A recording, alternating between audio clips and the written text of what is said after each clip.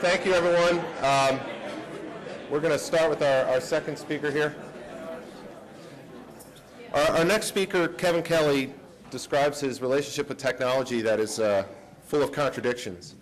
While he co-founded and edited probably the most important magazine of my generation, Wired, he doesn't yet own a smartphone or anything Bluetooth. And then businessman, author, consultant, superstar Tom Peters can't stop raving about him. So it's a really great to have him here. Kevin's 2007 TED Talk was about the web's first 5,000 days. And if you think about it, it's a pretty short amount of time.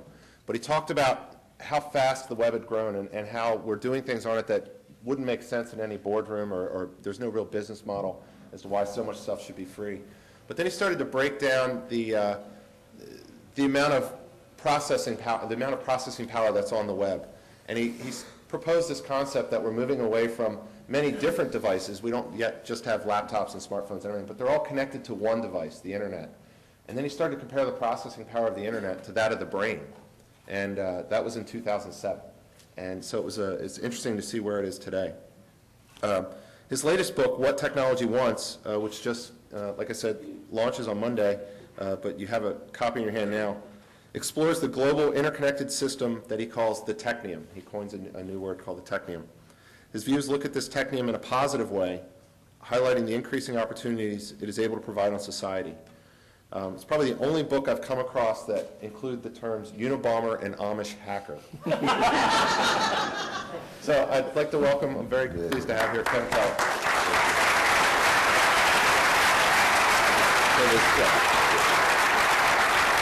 Thank you.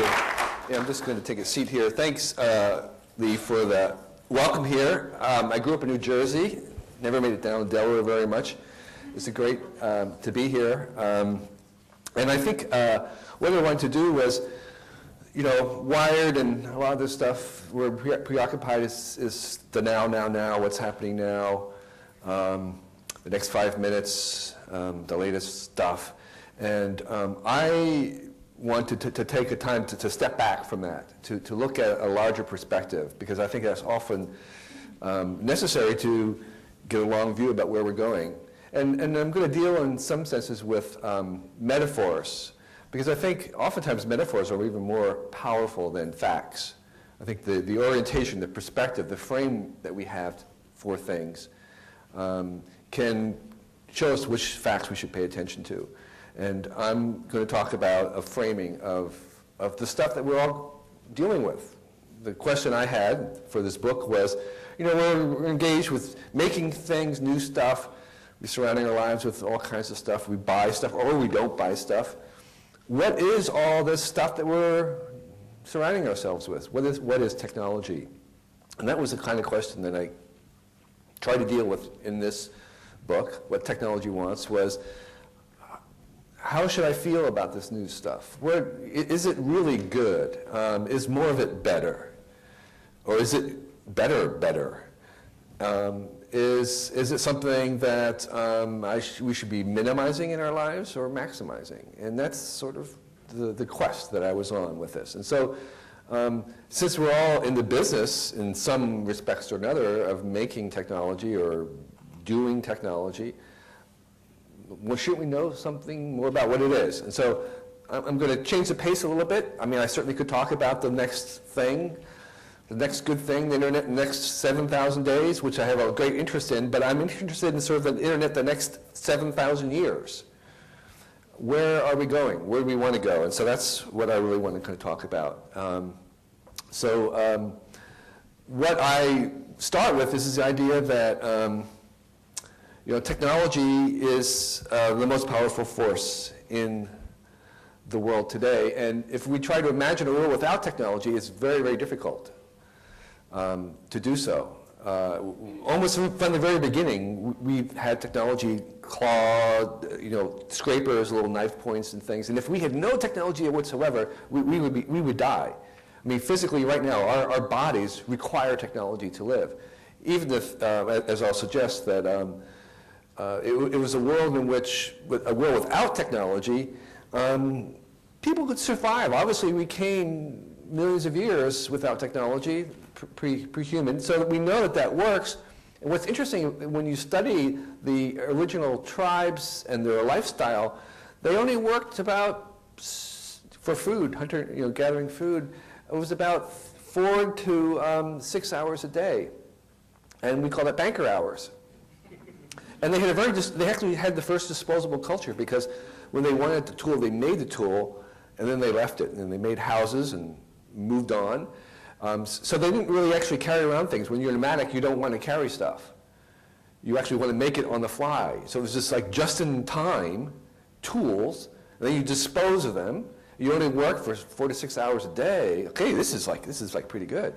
However, there were some things about it, which was that they were suspect, or they were kind of dependent on the changes in climate and weather, and they were just always on the edge of surviving and nutrition. So when something bad happened, it really was bad, and that meant that you actually had a very short lifespan. Okay, and there were very few early humanoids who lived beyond 40. There are no Neanderthal bones over the age of 40. The average age was in the 20s. And often we go into Aboriginal groups today, there are a lot of young people, and it seems like everybody's healthy. That's because the only ones who are living were young. The high mortality rate young, and then the old don't live, and so you have a young adult culture. And that's because of the fact that, in fact, it's a very short life. Early technology, we would recognize it. That's what it is. It's stuff that we make. And even with those tools, just those tools alone, the human impact on the planet was severe, that the early humanoids caused the extinction of 290 different megafauna. So the first tools that we made were already starting to affect the planet. And we invented control of fire, the tool of making fire and then setting it loose. It changed the environment tremendously. It changed the species mix on the savanna.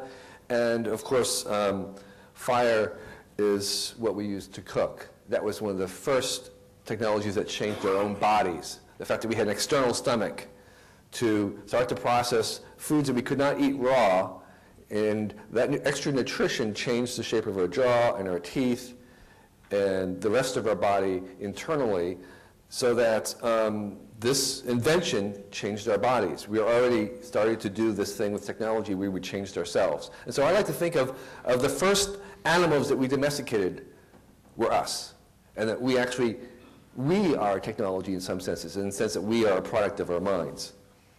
And through this technology, they changed the dynamics of the human populations on Earth to suddenly just burst. A couple 100,000 years ago, there were very few upright bipedal primates. But then, as we invented cooking and language, suddenly there was this population explosion that started not just recently, but 50,000 years ago, and we spread very fast to settle every single watershed on the planet. In proceeding at 2 kilometers per year, about a mile per year, we spread over the entire globe, very, very fast. That's how fast this, and then geologically, biologically, this is just a blink in the eye. So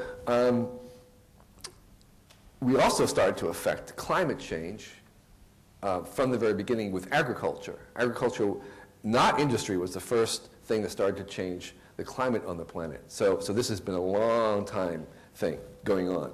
So I'm suggesting that in a certain sense, the effect of the technology is become one of the most powerful forces on the planet. I mean, literally on the planet, literally on the world. But of course, even in our lives, in terms of culture, it's the main engine. Most of the changes that we can associate through recent history all have their origins back to some technological change. And I use technological in the broadest sense that the alphabet is a technology that we invented, law is a technology, double entry bookkeeping, that's an invention, that's a technology. And if we look at that way, most of the changes that we have in our culture are all technologically based in some capacity or another. So humanity is our greatest invention, I believe, and we're not done changing yet. We're not done with that invention. We are still now reinventing ourselves. So I call this whole thing, rather than just culture, I call it the technium, which involves all the things we have in our pocket, the internet, the factories, the road system, transportation system, and the things that we normally think of as culture, like the production of the great works of literature and movies and all this stuff. I call that the technium. And the reason why I don't call it culture alone is because what has happened is that we've taken all these technologies and they're so interdependent upon each other that they form a system. So to make this thing here in my hand requires thousands of other technologies. This is about the same shape as a stone axe head. But there's no single person on earth that could make this. In fact, even the knowledge to make it it's not written down. It doesn't really exist anywhere except in the collective intelligence of 6 billion people right now. But there's thousands of other technologies that are required to make this thing. So we have a web of all these technologies that are codependent upon each other, that co-support each other, that are self-generative. And this whole thing as a whole is a system. And like any system of that size, it has its own inherent tendencies. So every system we've ever made, where you have these complicated interconnections and codependencies, it has a system agenda. It has inherent biases in the system. And that is what I'm looking at. I'm saying we've made this technium, and the technium itself has certain biases, certain drift, and I use the word want. It has certain want. It wants to go in certain directions independent of us at this point. I'm not saying that it's autonomous, that it's conscious, that it has intellect. I'm just saying it's like a grasshopper or a plant, some organism that wants to go toward the light, or it wants a little bit of food. And it wants it in that sense. And so we have a system called a technium, and it has certain urges. What are those urges? So one definition of technology is that it was anything that was invented after you were born. That's not what I'm talking about. That's what we commonly think about it is, or the other one is anything that doesn't work yet. Okay? That's just sort of like the last 5 minutes. But I'm talking about everything that we produce, basically, with our mind. I did an analysis of the State of the Union talks that the President have given for the past 200 years. And that's a chart of the word technology being used in it. And it didn't really appear until basically 1952 or so. Obviously, technology was happening before then, but we didn't really have a term for it. We didn't really know, we didn't even give it a name. And this is an example. This is actually the first use in English of the word technology, which was for a course at Harvard, I believe. And it was trying to bring together all the applied arts. They were called the applied arts. Bring them together in something that they were calling technology. And so this thing forms a whole, and that's what I'm suggesting, is that there's no technology that stands alone. It forms like an ecology of interrelated things. And I'm suggesting that anything that we invent with our mind is a technology. In that sense, it's something that comes out of humans, but at the same time, it's also something that has its roots back in the Big Bang.